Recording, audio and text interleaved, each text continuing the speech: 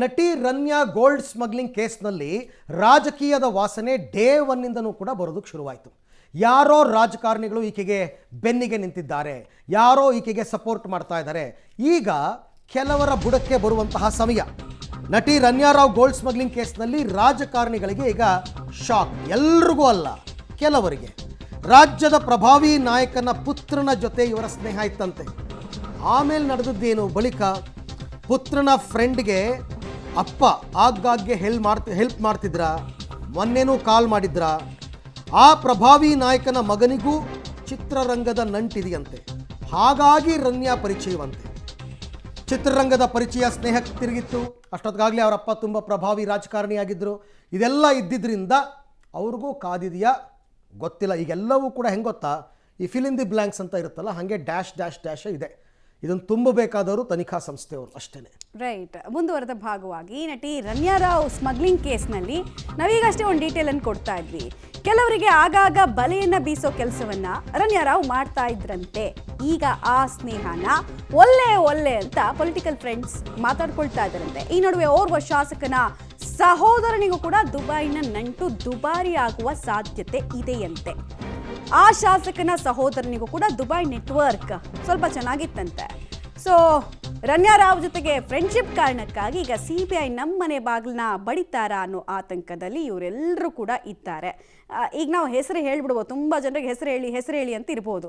ಅಧಿಕೃತ ನೋಟಿಸ್ ಕೊಟ್ಟಾಗ ಮಾತ್ರ ಹೆಸರು ಹೇಳಿದಾಗ ಅದಕ್ಕೊಂದು ಕ್ರೆಡಿಬಿಲಿಟಿ ಇರುತ್ತೆ. ಸೊ ಆ ಕಾರಣಕ್ಕೋಸ್ಕರ ಹೇಳ್ತಲ್ಲ, ನೀವೇ ಅಂದಾಜು ಮಾಡ್ಕೊಳ್ಳಿ. ಬೆಂಗಳೂರು ಭಾಗದ ಒಬ್ಬರು ಸಚಿವರು ಅವ್ರ ಮಗ ಚಿತ್ರರಂಗದಲ್ಲಿ ಗುರುತಿಸ್ಕೊಳ್ಳೋದಕ್ಕೆ ಪ್ರಯತ್ನ ಪಡ್ತಾ ಇದ್ರು ಅಂತ ಯಾರು ಬೇಕಾದರೂ ಅಂದಾಜು ಮಾಡಿಬಿಡ್ತಾರೆ. ಅವ್ರ ಬಗ್ಗೆ ಒಂದು ಅನುಮಾನ ಇದೆ. ಅವ್ರಿಗಿನ್ನೂ ನೋಟಿಸ್ ಹೋಗಿಲ್ಲ. ನೋಟಿಸ್ ಹೋದ ಬಳಿಕವಷ್ಟೇ ನಾವು ಆ ಹೆಸರನ್ನು ತೆಗೆದುಕೊಳ್ಳೋದಕ್ಕೆ ಸಾಧ್ಯ ಇದೆ. ಸೊ ಕಾಲ್ ಮಾಡಿದ್ರು ಅವರೇ, 4.25 ನಿಮಿಷ ಮಾತುಕತೆ ಮಾಡಿದ್ರು, 2 ಸಲ ಕಾಲ್ ಮಾಡಿದ್ರು ಅಂತೆಲ್ಲ ಡೀಟೇಲ್ಸು ನೆನ್ನೆ ಎಲ್ಲ ಸಿಕ್ಕಿತ್ತಲ್ಲ. ಮುಂದುವರೆದ ಭಾಗವಾಗಿ ಆಗಾಗ ಅವ್ರ ಜೊತೆಗೆ ನಂಟು ಈಕೆಗಿತ್ತು ಅನ್ನೋ ಮಾಹಿತಿ. ರೈಟ್. ಡೀಟೇಲ್ಸ್ ಕೊಡ್ತಾರೆ ರವೀಶ್. ಆ ಪ್ರಭಾವಿ ಸಚಿವರಿಗೂ ಮತ್ತು ಅವರ ಮಗನಿಗೂ ನೋಟಿಸ್ ಕೊಡೋ ತನಕ ಪ್ರಾಬಬ್ಲಿ ನಾವು ಆ ಹೆಸರು ಹೇಳೋದಕ್ಕೆ ಸಾಧ್ಯ ಇಲ್ಲ. ಸೊ ಅವ್ರಿಗೆ ಯಾವ ರೀತಿ ಆತಂಕ ಇದೆಯಂತೆ, ಈಗ ಸೆಷನಲ್ಲೆಲ್ಲ ಅವರು ಕೂಡ ಪಾಲ್ಗೊಂಡಿರ್ತಾರೆ. ಮುಖ ಏನಾದರೂ ಬಾಡ್ ಹೋಗಿತ್ತು, ಹಾವಭಾವದಲ್ಲಿ ಏನಾದರೂ ಬದಲಾವಣೆ, ಮತ್ತು ಈ ಸಂಪರ್ಕ ಕೇವಲ ಸ್ನೇಹ ಮತ್ತು ಹಾಯ್ ಬಾಯ್ ಅನ್ನೋ ರೀತಿನಲ್ಲಿತ್ತ ಅಥವಾ ವ್ಯಾವಹಾರಿಕ ಸಂಬಂಧಗಳಿತ್ತ ಅನ್ನುವಂತಹ ಪ್ರಶ್ನೆ ಬರುತ್ತೆ. ಏನೇನು ಮಾಹಿತಿಗಳು ಸದ್ಯಕ್ಕೆ ಸಿಗ್ತಾ ಇದೆ ಅಂತ? ಮಮತಾ, ಪ್ರಮುಖವಾಗಿರ್ತಕ್ಕಂಥದ್ದು ಕೇವಲ ಅವತ್ತಿನ ಪ್ರಕರಣಕ್ಕೆ ಸಂಬಂಧಪಟ್ಟಂತೆ ಗೋಲ್ಡ್ ಸ್ಮಗ್ಲಿಂಗಿಗೆ ಸೀಮಿತವಾದಂಥ ಸಂದರ್ಭದಲ್ಲಿ ಏನಾದರೂ ತನಿಖೆಗಳಾದಂತಂದರೆ ನಾವು ಸೇಫು ಅನ್ನೋ ಅರ್ಥಕ್ಕೆ ಅವ್ರು ಬಂದಿರ್ಬೋದು. ಕಾರಣ ಈ ಹಿಂದೆ ಅವ್ರ ಜೊತೆ ಭಾಳ ಸಂಪರ್ಕ, ಪರಿಚಯ, ಬೇರೆ ಬೇರೆ ರೀತಿಯಲ್ಲೂ ಕೂಡ ಸ್ನೇಹ ಸಂಬಂಧವು ಕೂಡ ಇತ್ತು. ಆದರೆ ಇತ್ತೀಚಿನ ದಿನಗಳಲ್ಲಿ ಇರಲಿಲ್ಲ ಅನ್ನೋದನ್ನು ಆ ನಾಯಕರುಗಳು ಮತ್ತು ಆ ನಾಯಕನ ಪುತ್ರನು ಕೂಡ ಒಂದು ರೀತಿಯಲ್ಲಿ ಹೇಳ್ಕೊಂಡು ಬಂದಿರತಕ್ಕಂಥದ್ದು. ಆ ಕಾರಣಕ್ಕೋಸ್ಕರವಾಗಿಯೇ ಈ ಗೋಲ್ಡ್ ಸ್ಮಗ್ಲಿಂಗ್ ಅಂದರೆ ಅವತ್ತು ರಾತ್ರಿ 10:30 ಅಷ್ಟೊತ್ತರಲ್ಲಿ ಏನು ಆ ಒಂದು DRI ಅಧಿಕಾರಿಗಳಿಗೆ ಸೆರೆಯಾದರು, ಆ ಸಂದರ್ಭದಲ್ಲಿ ನಮ್ಮದು ಯಾವುದೇ ರೀತಿಯ ಪಾತ್ರ ಇಲ್ಲ, ಮತ್ತು ಅದರಲ್ಲೂ ಕೂಡ ಆ ಗೋಲ್ಡ್ ಸ್ಮಗ್ಲಿಂಗ್ ವಿಚಾರದಲ್ಲೂ ಕೂಡ ನಮ್ಮ ಪಾತ್ರ ಇಲ್ಲ ಅನ್ನೋ ಒಂದು ವಿಶ್ವಾಸ ಅವರಲ್ಲಿದೆ.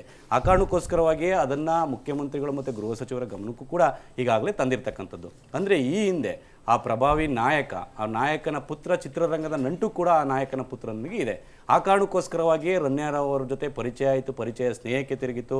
ಅದಾದ ಬಳಿಕ ಎಲ್ಲೋ ಒಂದು ಕಡೆ ಬೇರೆ ಬೇರೆ ರೀತಿಯ ಸಹಾಯವನ್ನು ಕೂಡ ಆ ಪ್ರಭಾವಿ ನಾಯಕ ಆ ರನ್ಯಾ ರಾವ್ಗೆ ಮಾಡಿದ್ರು ಅಂತಲೂ ಕೂಡ ಹೇಳಲಾಗ್ತಿದೆ. ಹಾಗಾಗಿ ಈಗ DRI ಅಧಿಕಾರಿಗಳು ಕೇವಲ ಅವತ್ತಿನ ಪ್ರಕರಣಕ್ಕೆ ಚಿನ್ನದ ಬಿಸ್ಕೆಟನ್ನು ಏನು ತಗೊಬಂದಿದ್ರು ಆ ಒಂದು ಪ್ರಕರಣವನ್ನು ಮಾತ್ರ ಭೇದಿಸ್ತಾ ಇಲ್ಲ, ಅವರ ಟ್ರಾವೆಲ್ ಹಿಸ್ಟ್ರಿ ಮತ್ತು ಅವರು ಹಿಂದಿನಿಂದಲೂ ಕೂಡ ವಿದೇಶಗಳಿಗೆ ಹೋದಂಥ ಸಂದರ್ಭದಲ್ಲಿ ಈ ರೀತಿಯ ಏನಾದರೂ ಸ್ಮಗ್ಲಿಂಗಲ್ಲಿ ತೊಡಗಿದ್ರಾ ಅನ್ನೋದನ್ನು ಕೂಡ ಕೆದಕ್ತಾ ಇದ್ದಾರೆ. ಒಂದು ವೇಳೆ ಆವತ್ತಿನ ಪ್ರಕರಣಕ್ಕೆ ಸಂಬಂಧಪಟ್ಟಂತೆ ಏನಾದರೂ ಲಿಂಕ್ ಇದ್ದರೆ ಸಂಕಷ್ಟ ಒಂದು ರೀತಿಯಲ್ಲಿ ಕಟ್ಟಿಟ್ಟ ಬುತ್ತಿ ಅಂತಲೂ ಕೂಡ ಹೇಳ್ಬೋದಾಗಿದೆ. ಆ ಕಾರಣಕ್ಕೋಸ್ಕರವಾಗಿ ಆ ಪ್ರಭಾವಿ ನಾಯಕನಿಗೆ CBI ಆತಂಕ ಇರ್ತಕ್ಕಂಥದ್ದು. ಯಾಕೆಂದರೆ CBI ಆಳಾಗಲ್ಲ, ಎಷ್ಟರ ಮಟ್ಟಿಗೆ ತನಿಖಾ ವ್ಯಾಪ್ತಿ ಆಳಾಗಲ್ಲ ಇರುತ್ತೆ ಅಂತ ಎಲ್ರಿಗೂ ಕೂಡ ಗೊತ್ತಿದೆ.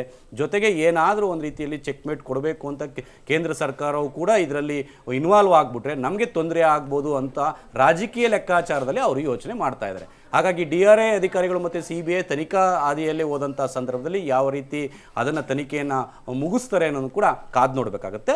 ಇನ್ನೊಂದು, ಆ ಶಾಸಕನ ಸಹೋದರ ದುಬೈಗೆ ಹೋದಂಥ ಸಂದರ್ಭದಲ್ಲಿ ರನ್ಯಾ ರಾವ್ ಒಂದು ರೀತಿಯಲ್ಲಿ ಫೇವರೆಟ್ ಪ್ಲೇಸ್ ಅಂದರೆ ದುಬೈ.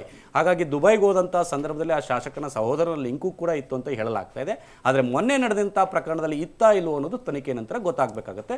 ಆ ಕಾರಣಕ್ಕೋಸ್ಕರವಾಗಿ ಕೂಡ ಆ ಪ್ರಭಾವಿ ಶಾಸಕನಿಗೂ ಕೂಡ ಒಂದು ರೀತಿಯಲ್ಲಿ ದಿಗಿಲು ಉಂಟಾಗಿದೆ ಅಂತಲೂ ಕೂಡ ಹೇಳಲಾಗ್ತದೆ. ಯಾಕೆಂದರೆ ಸುನೀಲ್ ಕುಮಾರ್ ಅವರು ನೆನ್ನೆ ಒಂದು ಮಾತನ್ನು ಪ್ರಸ್ತಾಪ ಮಾಡಿದ್ರು. ಅವ್ರಿಗೆ ಏನು ಮಾಹಿತಿ ಇತ್ತೋ ಅಥವಾ ಬೇರೆ ಏನೋ ಗೊತ್ತಿಲ್ಲ, ಅಂದರೆ ಚಾಮರಾಜಪೇಟೆನೋ ಸದಾಶಿವನಗರಕ್ಕೋ ಅನ್ನೋ ಇದರಲ್ಲೂ ಕೂಡ ಸುನೀಲ್ ಕುಮಾರ್ ಅವರು ಹೇಳಿದ್ರು. ಹಾಗಾಗಿ ಎಲ್ಲೋ ಒಂದು ಕಡೆ ಅಲಕ್ ಬುಲಕ್ ಅಂತ ಸುಮ್ಮನೆ ಹೇಳ್ಬಿಟ್ರು ಅಥವಾ ಅವ್ರಿಗೇನಾದರೂ ಮಾಹಿತಿ ಸಿಕ್ಕೇ ಆ ರೀತಿ ಏರಿಯಾ ಹೆಸರುಗಳನ್ನ ಹೇಳಿದ್ರು ಅನ್ನೋದ್ರ ಬಗ್ಗೆ ಕೂಡ ದೊಡ್ಡ ಮಟ್ಟದಲ್ಲಿ ಚರ್ಚೆ ಆಗ್ತಾ ಇದೆ. ಹಾಗಾಗಿ ತನಿಖೆ ನಂತರ ಸ್ಪಷ್ಟವಾಗಿ ಎಲ್ಲವೂ ಕೂಡ ಹೊರಬೀಳುತ್ತೆ ಮಮತಾ. ಓಕೆ, ಥ್ಯಾಂಕ್ ಯು ತಮ್ಮೆಲ್ಲ ಮಾಹಿತಿಗೆ ರವೀಶ್, ಧನ್ಯವಾದ.